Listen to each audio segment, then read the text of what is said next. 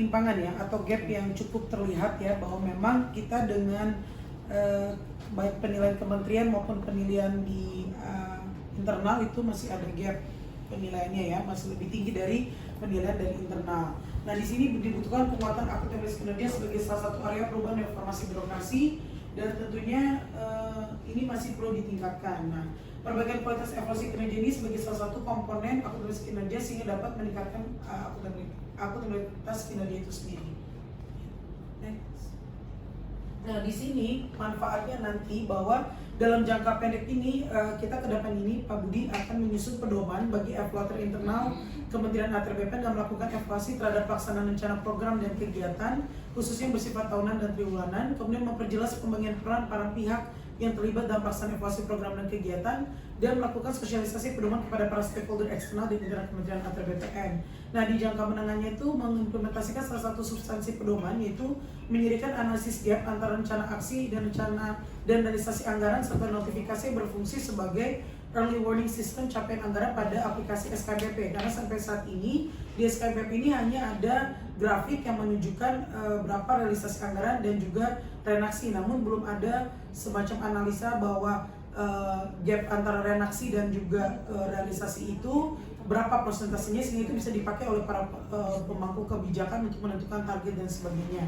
Nah, di jangka panjangnya itu untuk mengimplementasikan seluruh substansi pedoman evaluasi sebagai bagian pengembangan pada aplikasi SKBP dan meningkatkan kualitas evaluasi dan kegiatan Kementerian ATR BPN. Nah, di sini manfaatnya tentunya akan meningkatkan objektivitas proses evaluasi, memberikan panduan langkah evaluasi yang rinci, teratur dan terukur sesuai karakteristik dan nilai Kementerian ATR BPN, menjelaskan tentunya peran dan tanggung jawab pihak yang terlibat dalam evaluasi, meningkatkan kualitas evaluasi baik dari sisi kinerja anggaran maupun kinerja output dan outcome, meningkatkan akuntabilitas kinerja baik Kementerian ATR BPN sebagai satuan kerja melalui indikator kinerja nilai sakit, dan meningkatkan kualitas perencanaan yang mempertimbangkan hasil evaluasi periode sebelumnya.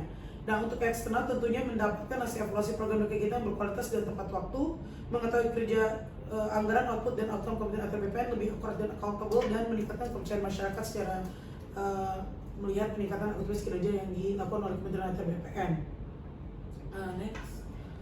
Nah, di sini juga Bapak Ibu analisa masalahnya bahwa saat ini kualitas data pemantauan itu belum baik karena pengiriman data oleh admin masing-masing unit dan satuan kerja belum memenuhi asas kepatuhan.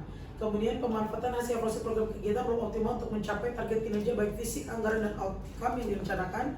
Dan saat ini laporan kinerja belum memenuhi sebagian kriteria sesuai peraturan PAN RB nomor 53 tahun 2014 dan Permen PAN RB nomor 8 tahun 2021. Saat ini koordinasi penyiapan bahan sakit level kementerian belum optimal karena belum semua rekomendasi dari Kementerian PAN RB ditindaklanjuti secara komprehensif dan berkualitas. Mudah-mudahan setelah kemarin kita melakukan secara Zoom ya, kemarin kita dinilai oleh Pak RB atau Budi kemarin, mudah-mudahan nilainya juga akan semakin meningkat untuk kementerian kita.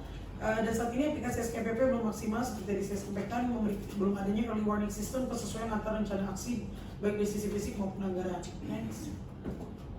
Nah, di sini sebagai strategi penyelesaian masalahnya itu telah merujuk nantinya kepada peraturan terbaru itu PMK nomor 22 tahun 2021 tentang pengukuran dan evaluasi kinerja anggaran atas pelaksanaan rencana kerja dan anggaran kementerian negara lembaga untuk proses kinerja anggaran, dan Permen PPN Kepala Bappenas nomor 1 tahun 2023 tentang tata cara pemantauan, pengendalian dan evaluasi pelaksanaan rencana pembangunan.